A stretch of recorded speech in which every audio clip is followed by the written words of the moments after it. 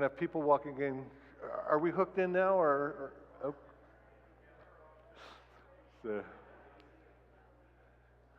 So, we're. Good morning. Let me just do a quick introduction, and we'll get started. We're still waiting for some people to come in from coffee hour. I guess sweet rolls were really, really good. But today we're going to be looking at the prodigal son, and the sermon was entitled Prodigal Grace. So as things settle down, we'll get going. So if you can hang on for just a few minutes as the sanctuary clears and as the other people come back, we'll be set. So I'm going to let them just hold for about 2 minutes, okay?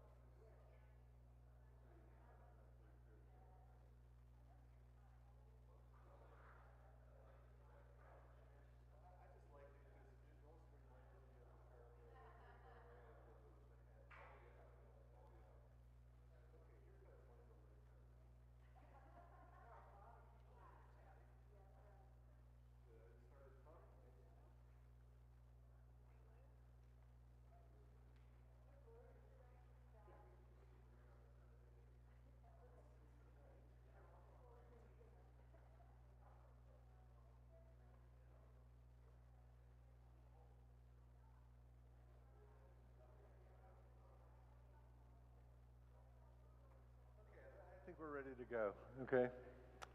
Okay, good morning. We're going to start again a few minutes late. My name is Brent. I've been teaching this for now 4 weeks, so you probably are aware who I am. And we're going to continue with looking at the parables. You know, the parable for this week is the parable of the prodigal son. And it's entitled Prodigal Grace. But let's begin with a word of prayer, so I invite you to pray with me. Gracious and loving God, as we study your word, we ask for the presence of your Holy Spirit to inspire not only the teaching but the hearing. We ask this in the name of your Son, Jesus Christ, the living word. Amen. Okay, there is a handout. The handout really is just the script for today, and so you can follow along, or you may ask a question. But let's go to that first slide, and I'm going to just go over the objectives that I hope to cover today. The first one is to just review the theme of filled to the brim. We just want to talk about that and how the parable for today fits into that. Second, I want to examine or look at the parable of the prodigal son, although we could also call it the parable of the older brother, or we could call it the parable of the foolish father. I've preached a sermon on all three, we're going to look at the content, we're going to look at the character, also look at any surprises that might be in that parable. And the third, I hope to conclude with a discussion of grace. I've tried to keep my presentation brief so that you can talk a lot, and we'll make anything fair game, okay? So if you want to bring up something from 2 or 3 weeks ago that you just felt we need to discuss, by all means do that. But let's move to the next slide. So the first lesson that we had in Filled to the Brim was, you'll remember, was even in the desert there. The theme was, of course, desert or wilderness. And in some ways, we the parable of the prodigal, he kind of moves out there and goes into his own desert or wilderness. Although I've always, I can remember as a child thinking, what is this dissolute living, that the Bible talks about? I guess that's a real RSV word, Revised Standard Version word, dissolute living. But he was in the wilderness of dissolute living. We talked about discovering grace in the wilderness. For Jesus, it was the grace of vocation. I can remember Corey's sermon talking about finding oneself in the wilderness. And we, in our discussion, talked about the wildernesses that we often find ourselves in recently.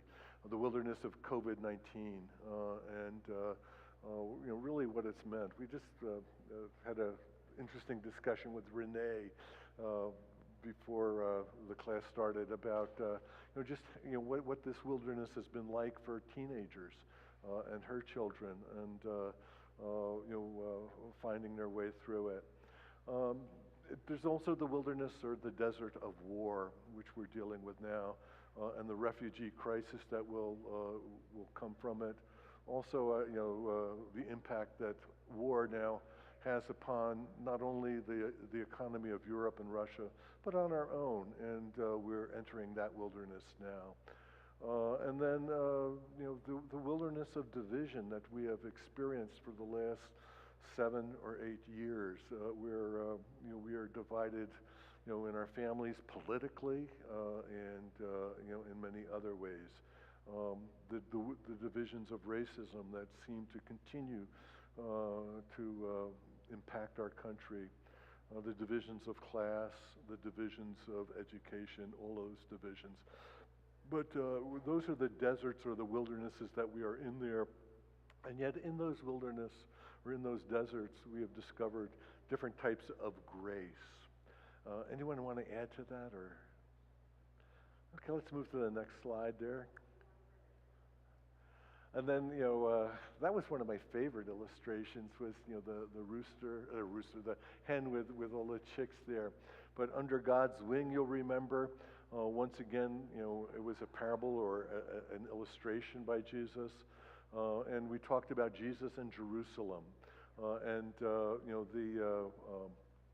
Really the confrontation that would begin to occur there in Jerusalem as Jesus returned. You'll recall also we talked about grace and judgment, but the judgment of grace. Sometimes, when we experience grace, it is more profound in our lives than judgment itself. I can remember the time I was expecting my father to really just come down on my head, and he forgave me, and what a larger impact that was. And experiencing the grace from a parent was also in a way a judgment that I felt. And believe me, I've never done that again. And you'll never know what it was. And then the last was we talked about were feminine images of the divine. The first slide that I showed, the title. Can we go back 3, right to the title one? Is that possible? Okay, there it is. I put that painting up, and I didn't attribute it, and I'm really sorry about that, but the painting there reminded me of the mother hen. It is a really feminine image of a father, holding the child, and really it's almost like the wings of the father are around him. But trying to tie all these texts together, the filled to the brim, as a theme, really, says to me that our lives are filled with the grace of God. So let's go to the next slide. That would be, oh man, you're good. The fourth one was the fig tree, and the theme was "You Are Worthy." And some of you probably figured out my difficulty as a Reformed Presbyterian dealing with this whole topic of worthiness. I think a lot of us have that difficulty. And I'm really kind of glad Corey hit upon that in the sermon today. I think from our point of view, from our human perspective, we're not worthy. And yet in the eyes of God, our worthiness, is there because we are, and that is perhaps the nature of grace. The fig tree, we also talked about judgment versus grace. The judgment of the landowner, cut it down. The grace of the gardener, let's give it one more year, but let's not only give it another year, let's nurture it. Just the irony of it, the landowner is the one who owns, who has everything. It is his land. The gardener is probably a peasant, and the peasant actually gets his way, which is, to me, the surprise of the story. And we keep talking about surprises in the parables. And then the open-endedness of the parable. Parables are remarkably open-ended, and the parable I think that we heard today is an open-ended one, which always kind of I think are fun for preachers because you can add your own ending,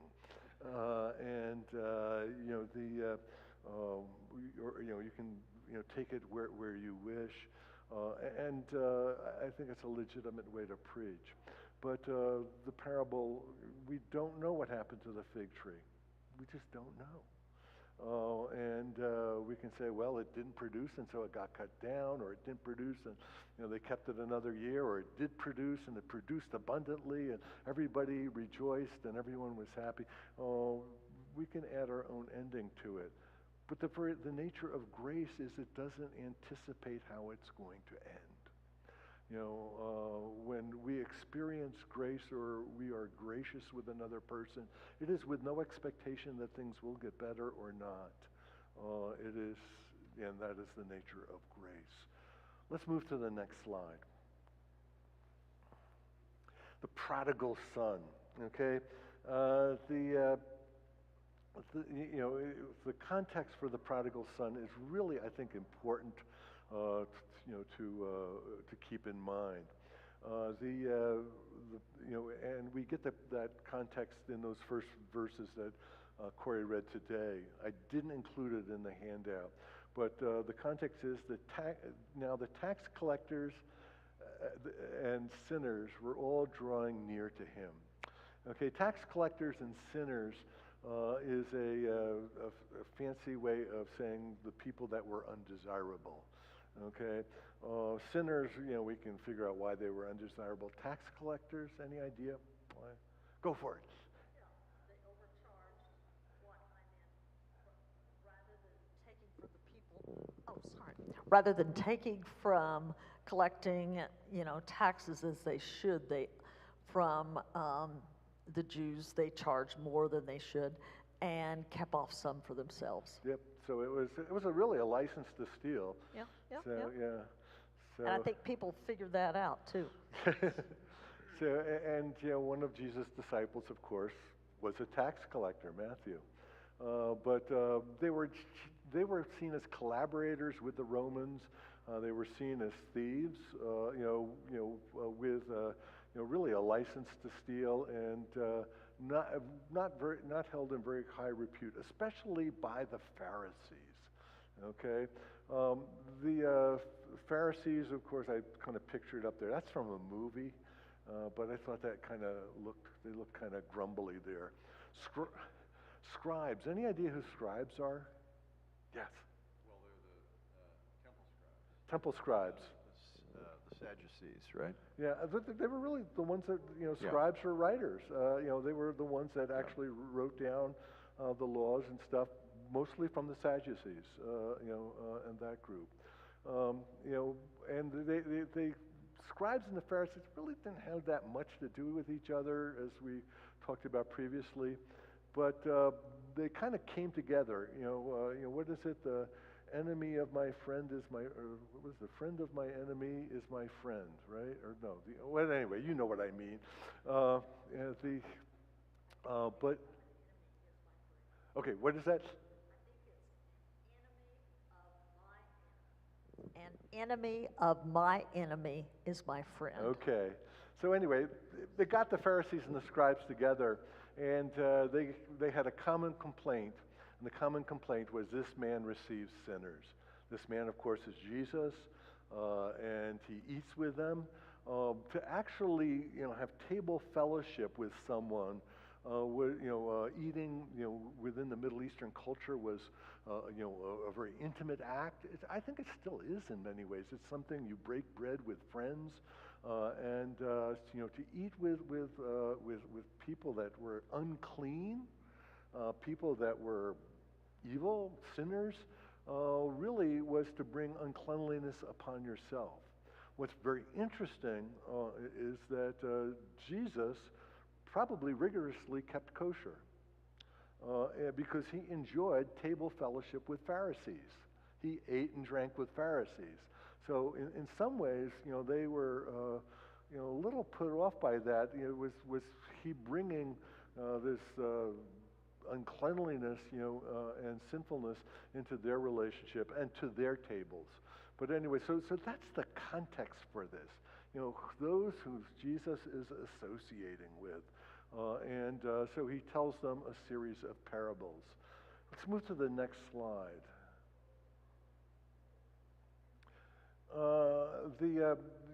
The first parable that he tells, do you remember what it was? This is just a time to play Bible scholarship. The first parable, lost coin. That was the lost coin? Yeah, it's the parable of the lost coin. A woman loses a coin, and she hunts through the house and hunts and hunts and hunts for it, and then finally finds it. I think that the comparable parable today for us would be the parable of the lost keys or the lost phone. Oh, come on now. See, you all got it, didn't you? Okay, and you go through the house hunting and hunting and hunting for it, and at last you find it.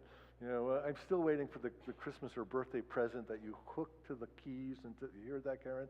Or to the phone, so that you can press a button, but you have to have the phone to find the phone. I don't know. But anyway, that was the first parable. The second parable was the lost sheep. Leaves 99 sheep behind and goes and finds the lost one, brings it back, and rejoices that he found the lost sheep. And then he goes into the story, a man had two sons. I just love that. A man had two sons.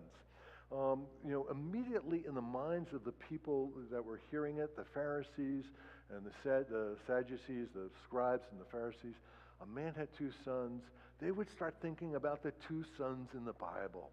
And I put up a bunch, Cain and Abel. A man had two sons, Adam and Eve had two sons, Cain and Abel. A man had two sons, Jacob and Esau. Okay? Remind me to come back to that, because there's an amazing parallel between the story of Jacob and Esau and the parable that Jesus told. Not to be outdone, a man had two daughters, okay? Lot had two daughters, Leah and Rachel, Rachel. And then, Moses and Aaron, brothers.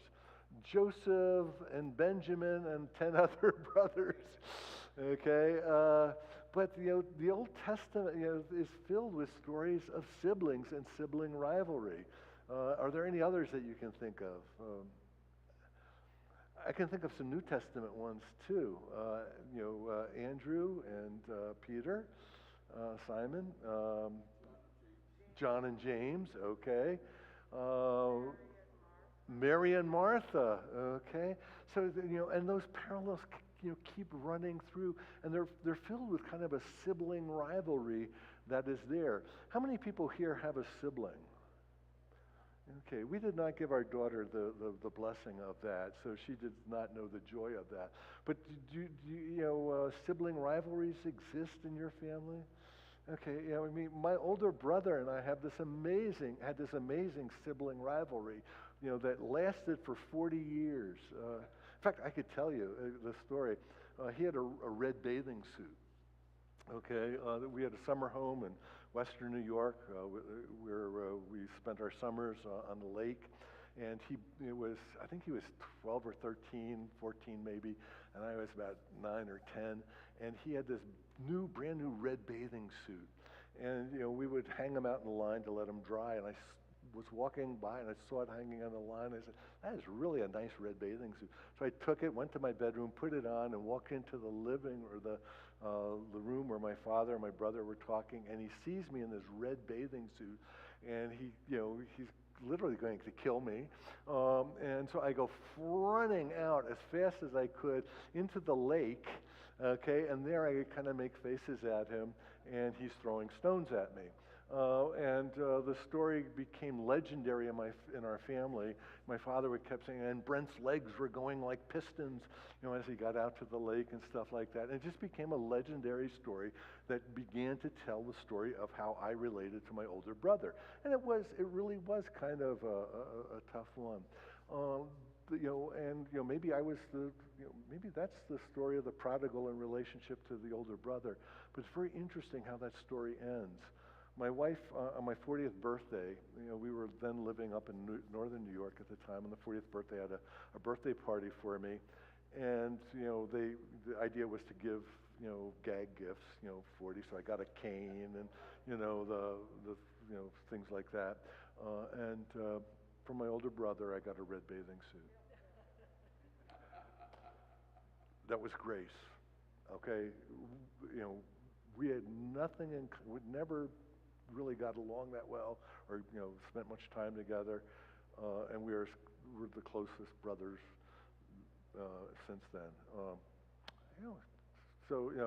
But the stories of the Old Testament are filled with brothers and sibling rivalry and stories of grace.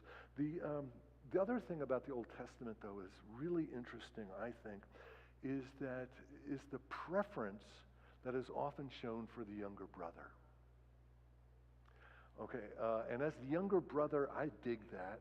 Okay,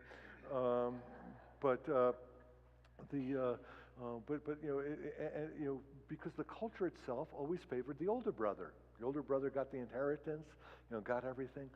But for some reason, the biblical message turns that upside down. Yes. I just thought of one. Go ahead.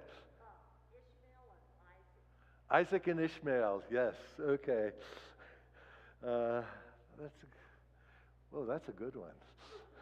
We're not going to go there too far on that one. That's a good one.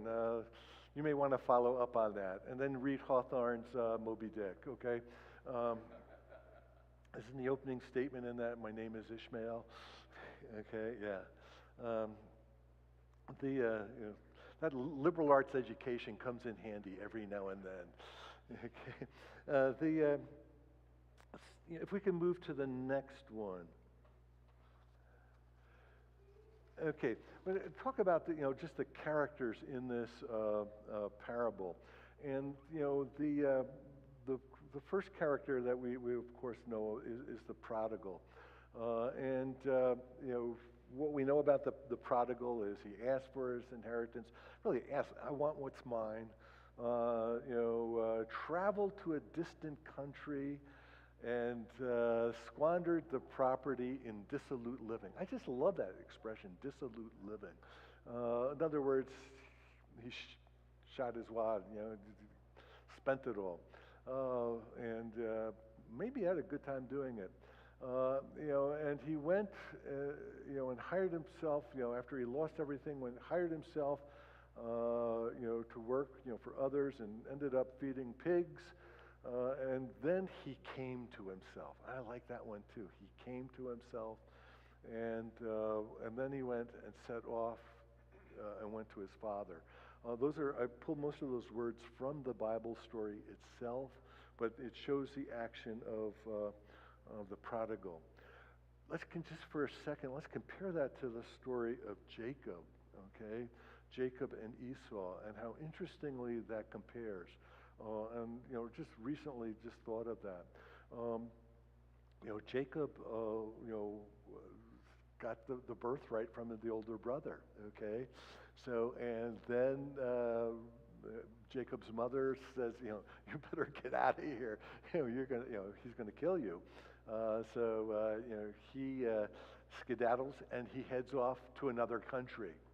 Now, instead of dissolute living, he makes a fortune there. He does really well. Okay, so the parable, the story just turns a little bit. But then he decides to return home. Okay, remember that? It's time to come home. The night before he is to meet his brother, what happens on the river Jabbok? He, wrestles a stranger. Okay, he gets in that wrestling match. His hip is knocked out of joint. Has to have hip surgery. But his hip is knocked out of joint, but he comes to himself, And he keeps going over, what am I going to say to my brother? What am I going, and just see him, there, and his brother welcomes him. So once again, it's how that story parallels. You can have fun with that, the parallel stories of the Bible. But I'll be very honest, I never thought of that till I'm sitting here listening to Corey's sermon this morning, and something in the sermon turned that in my head. But there is a parallel there. Other things about the prodigal son that you would observe? Yes. I'm thinking of your message, but I have a Sunday school class next Sunday with, I don't know, there was a fourth and a first grader one time. There was a preschool student at one time. So I don't know what connection, but I'll be with a substitute Or your substitute teacher Sunday school? with the Sunday school just in Ship Hall. Okay. So I've been thinking of the various stories, and I thank you for adding other interest. Well, the thing about working with children in Sunday school, they will teach you more than you teach them in many ways. Someone over here wants to, a couple of people here. Just real quickly, you mentioned reform thinking, and I'm right down the line on that, Brent. In order to be able to, according to the reform views, in order to be able even to come to himself was God's grace. Yes. For him to recognize that I'm in a bad lot there. Otherwise, he couldn't have done it by himself. When we get to the part about the grace of the Father, when he says he asks for inheritance, in a certain sense, he's the message underneath it is, I wish you're dead. Mm-hmm. Yes. And that goes back to the book that we studied in the fall. Yeah, but yeah, yep. It was in asking for the inheritance is really a way of saying to your father, "You're dead to me." Let me have what is mine. It's fast. Yeah. Good point. It's interesting though. How we talk about when he came to himself. It might have, from the older brother's point of view, maybe when he came to himself as, maybe I should come home for more. Okay, which is it's interesting how you can do that. I would say that it's still, even in that context, it's still a moment of grace. Yeah. Okay. So, but oftentimes where we are in a situation is how we read motivation into a lot of what we observe, and that's I don't think that's a good thing a lot of times. So that's the prodigal. Let's take the next slide. The older brother. Okay, I realized I was putting up a lot of just writing on the wall there, and so I wanted to put up a picture to hold your visual interest there. So I came up with fairness. But the older brother, he's a steady Eddie, isn't he? He stayed with his father, worked the farm. Okay, didn't ask for what was his. His father was still alive. To him, he's a rule keeper. Okay, he on Highway 25, he's going 75, not 89. Okay, he's he's the person that takes his car out for only 2 hours at the parking place downtown. I mean, it's he's a rule keeper. He operates within that whole perspective. He also operates from what I call a fairness perspective. Okay. And I'm just going to say, most of us do. Okay, when we're really honest with ourselves, most of us, talk about, fairness. My wife is a first, second grade school teacher all her life. Most of the arguments were about, that's not fair, isn't it? Often, okay. And if you've had, children or grandchildren, you've dealt with fairness issues.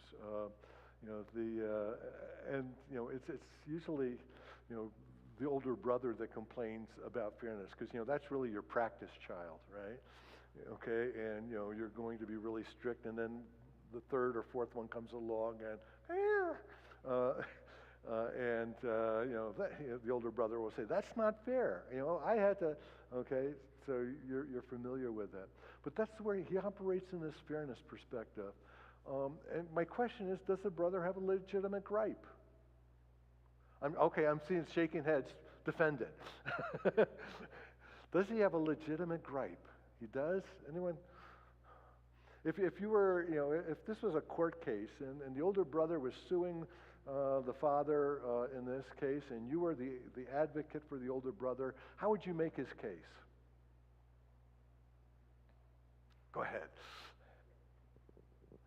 Well, just as he did. I've been here. I've stayed with you. And so I would say that he was justified in feeling very, very put out by this entire thing of having a party for somebody who had gone off. So I thought very legitimate, and I have for all my life as I have heard the story.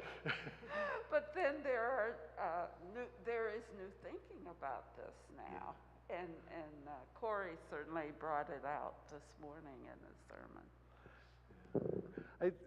One of the things that if you preach the lectionary, which I did for most of my career, this one always comes up in Lent. Okay, it's 2 or 3 Sundays before Easter, right? And usually, I've at least preached it twice this way in 2 different churches. But talk about, if you want to experience the older brother, you come to Easter service and someone's sitting in your pew and they've never been here before, okay? Or haven't been back, or it's the first time that year that they come and they're sitting in your pew, okay? That's the older brother experience that we have at a very kind of, churchy level. Did you have your hand up? Go ahead. Yeah, another situation in Scripture, the ultimate, for me, I think, is not only the parable of the tenant. I think they were the tenants or the hired workers. Yes. That parable of and then those, they had worked the same amount. Anyway, and then thief on the cross, he gets as much grace going into heaven. Very last minute deathbed conversion, even though life full of shame right before that. I think, but what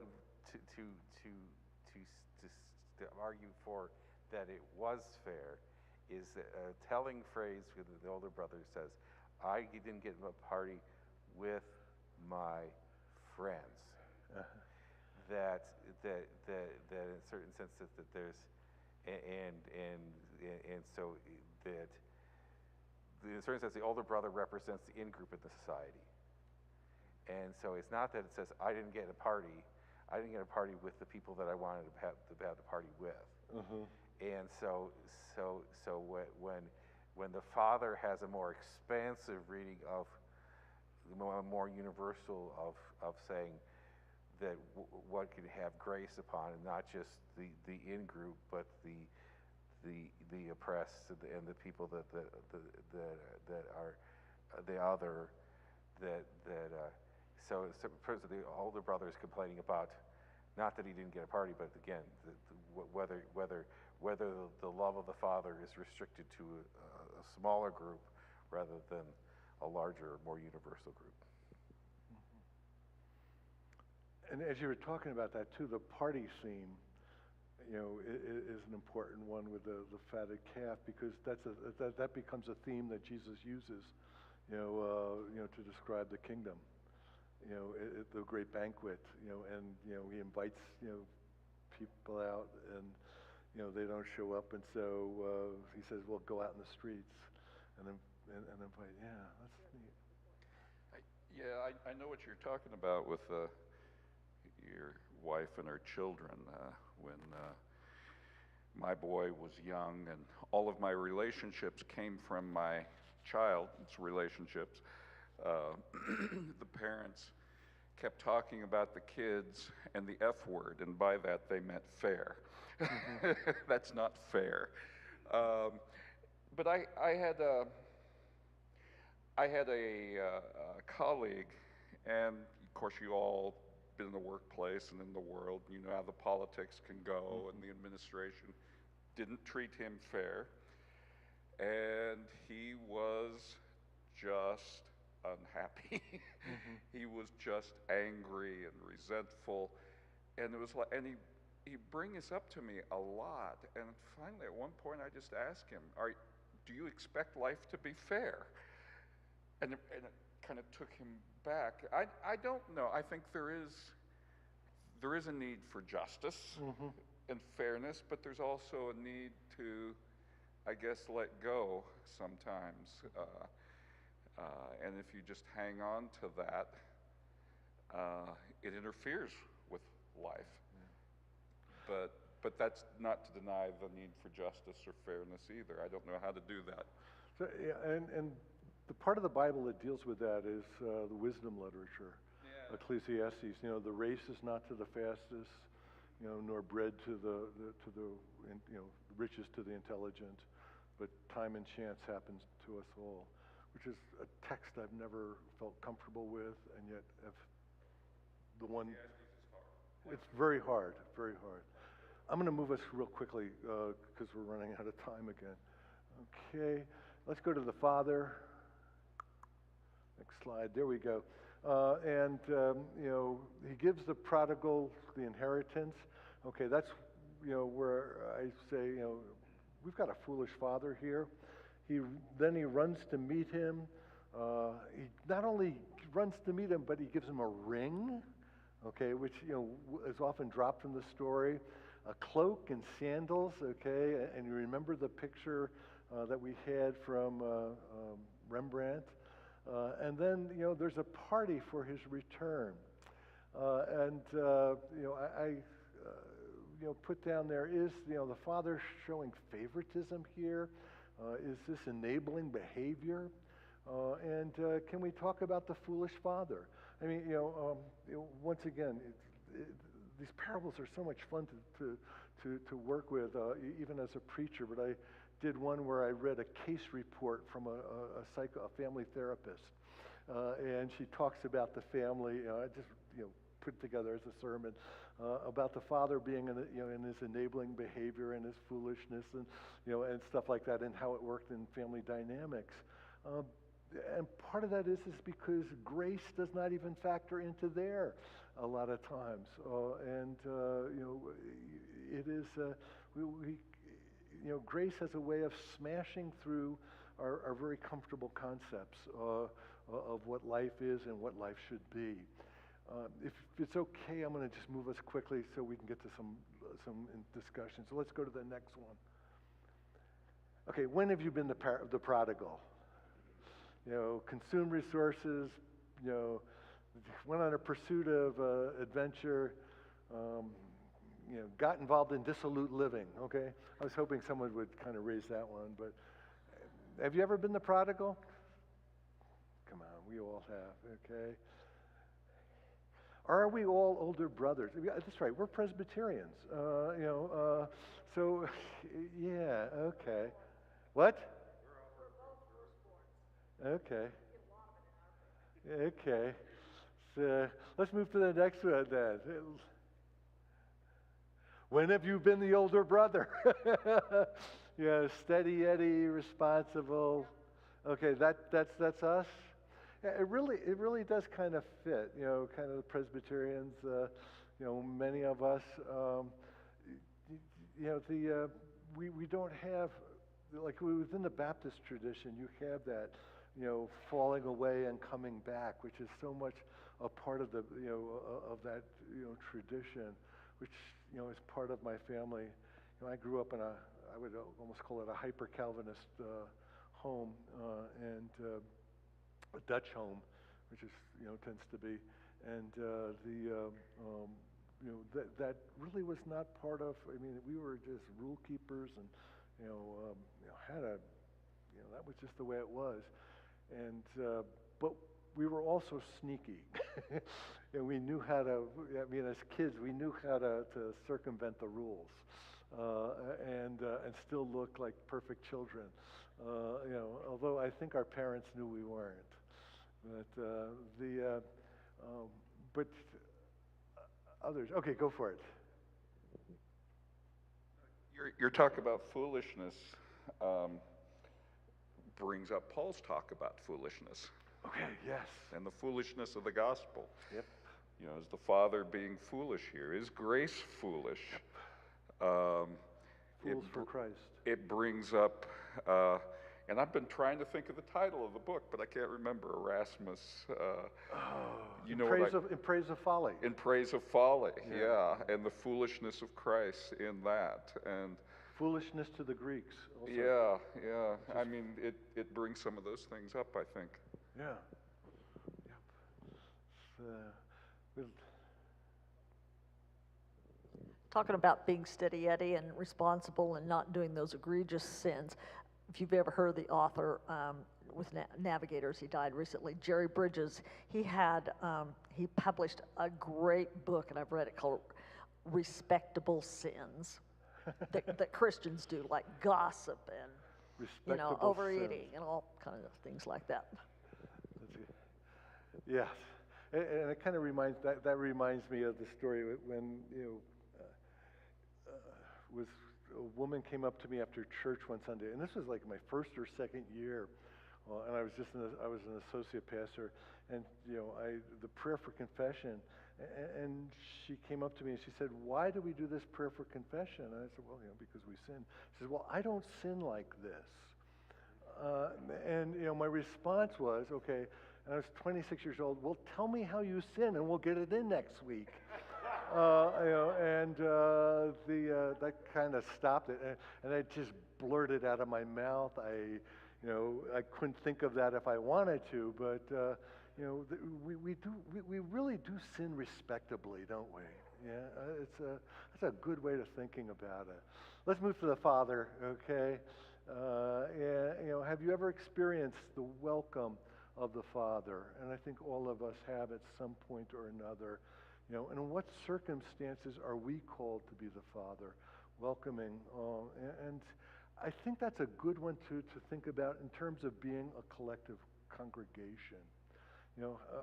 Are we a welcoming congregation is always, I think, a very important question that I always raised as a pastor. One of the things I used to do was to always observe coffee hours in my church. And it's really kind of fun to stand back and just observe how people work in the coffee hours and to watch the new person, okay, who comes into a coffee hour as they try and break into a conversation. Some of the most friendly churches are just friendly with each other, okay, and it's very, very hard to break in with that, but and it's a simple thing to be is to be a welcoming father for those who are new, and sometimes that's hard to do, but that's grace and a graciousness that churches, I think, need to experience. Other circumstances. Okay, let me just ask this one. Is the prodigal worthy of the Father's welcome? Why or why not? Okay, we have a no there. Go ahead. Well, that shouldn't really even be a question, in a sense, because it's not the message. From an earthly perspective, of course not. Yeah. But is that germane to the message of this parable? I think that possibly, in the eyes of, the Pharisees and the scribes who's addressed to, he's not worthy. And the people that Jesus is associating with, their worthiness is a question. The legalism, yeah. But good point. Yeah, that worthiness seems like it could be a sticky one, and I think it's good to say he's not worthy and all of that. But then, we're all made in the image of God. It's God that made us worthy. And the Father judged him worthy. And there's a certain dignity of all humans, no matter how far we fall, a certain worth, and it's God's grace and love that worthiness is derived from, I think. Maybe that would be a way. I struggled with that last week in the sermon, okay? And the struggle where I finally landed is that we're worthy in the eyes of God because we are. And that's, because we are. It is that whole question of worthiness, I think, for those of us in a Reformed tradition, is one we struggle with and will continue to struggle with. And it's a good one to struggle with, okay? Because it makes, grace all the more powerful and all the more meaningful. Go for it. It's interesting, also getting back to the fairness question, that the younger brother understood his father was fair because he was saying, oh, well, look at how he treats his hired people. And so why is he worthy? Because he's his son. So those are the unnamed characters in this, the other hired help that the father has. That's a good point. Great, yeah. So if I ever teach this again, I'll add them as characters. The unnamed characters in the Bible really play an important part, and we need to keep that in mind. Thank you. Yes? Like you say, none of these parables ever have an ending. And I'm thinking back, how did the people that Jesus was talking to respond? What did the sinners, what did the tax collectors think after hearing this parable? What would be the answer? Would it change? Anyway, that's something that kind of struck me. Yeah. And that's the open-endedness of the story we can only imagine. But the other thing is we can put the story is such that we can place ourselves within that story, and it becomes not how did they respond, but how do I respond? As I see myself within this story, as I hear Jesus speaking these words, I think that is the wonderful quality of parables is you can enter into them, and you can participate in the story just as we are now, and doing that.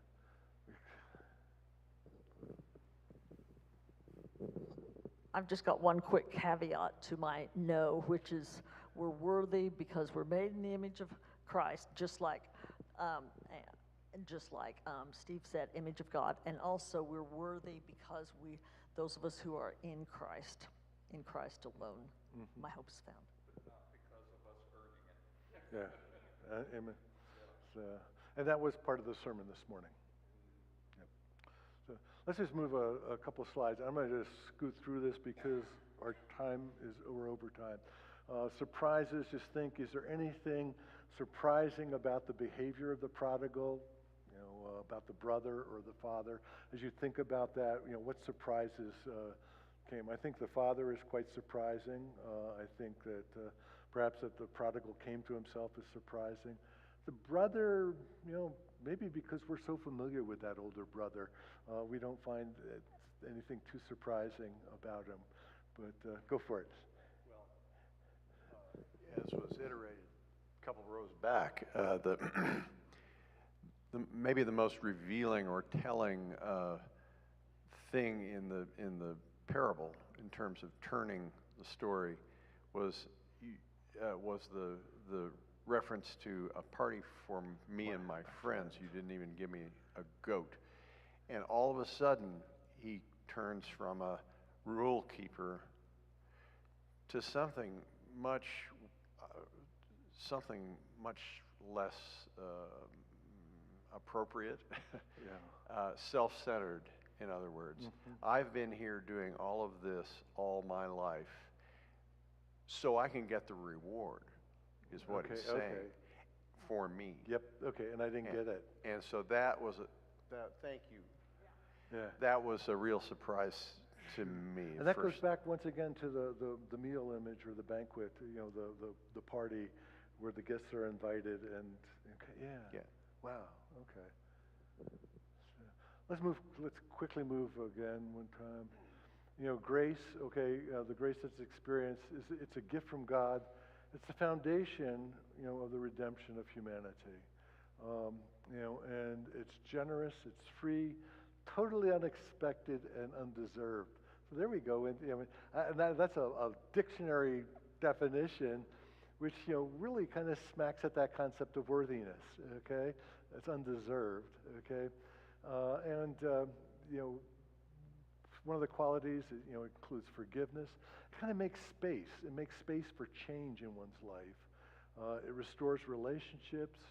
When my brother gave me that red bathing suit, it was tremendous restoration of relationships. And it enables new beginnings. Anything else? And we're just going to have to think about that, and that will be, go ahead. Over here. For me, this makes me think that grace is like a package at Christmas or a birthday. Mm-hmm. It's unexpected, it's a surprise, and it could be useful or whatever, but it's like a package for me that I don't know, it's like a wrapping. It's also used as surprise. It's the gift that your wife hid for 3 months so you wouldn't find it and gives to you in March. That's the true story again. Okay, let's move to the next one. Is there a next one? There we go. And these are questions you can discuss over the lunch dinner table. If grace is free and undeserved, are we truly worthy? We kind of killed the worthiness topic, but maybe not. Was the prodigal worthy of the Father's welcome? Is worthiness a transactional value? Which is really interesting because I came at that one my own, and Corey came on it too. So we were kind of together on that, about transactional relationships as opposed to transformational relationships. And you can Google that, by the way. I mean, there's a whole bunch of theories, relationship theory about transactional relationships and transformational relationships. Then if you look, if grace is undeserved favor, is grace ever fair? I think that is something that we can constantly need to struggle with. And fairness, I think, is a concept that's beyond justice. It's something different than justice. It really is, the tables that are there. It's a distributive form.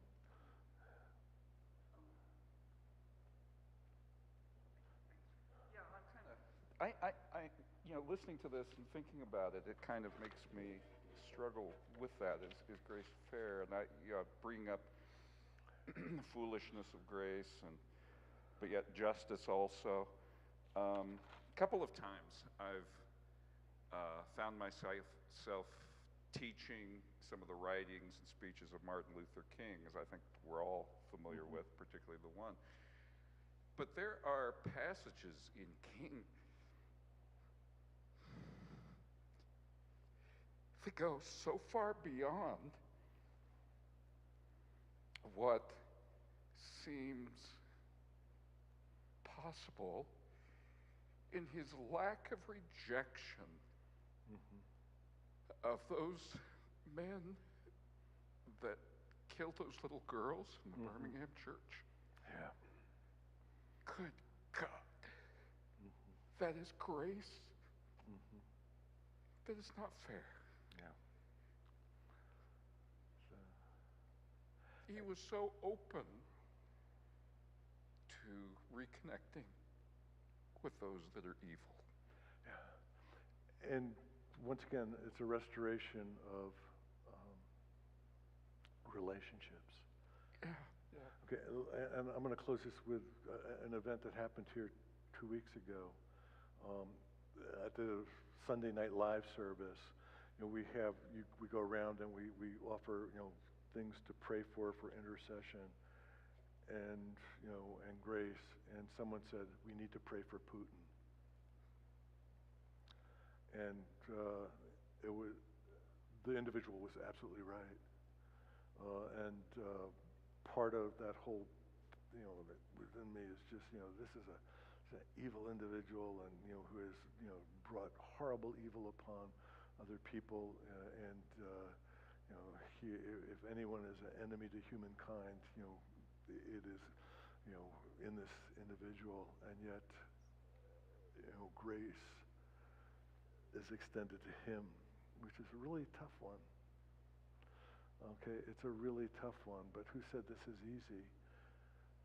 And if who said being God is easy? Okay, when you think about it, but it was also the grace on the cross. Father, Abba, forgive them, for they know not what they do. Forgive them.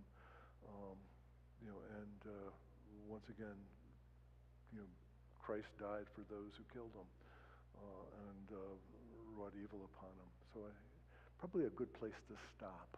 And so let us conclude with a word of prayer.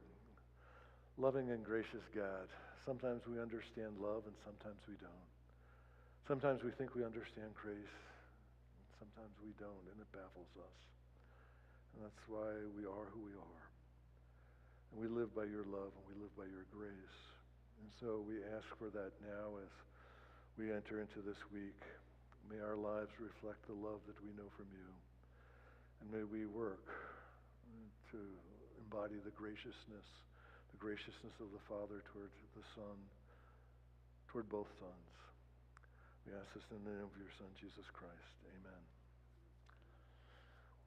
Well, look, have a fun week next week. I believe you got a really super Bible teacher coming in next week that's doing this. So, we will, I'm going to be away, but this has been fun. Thank you for being such a responsive group. I appreciate it. We'll see you.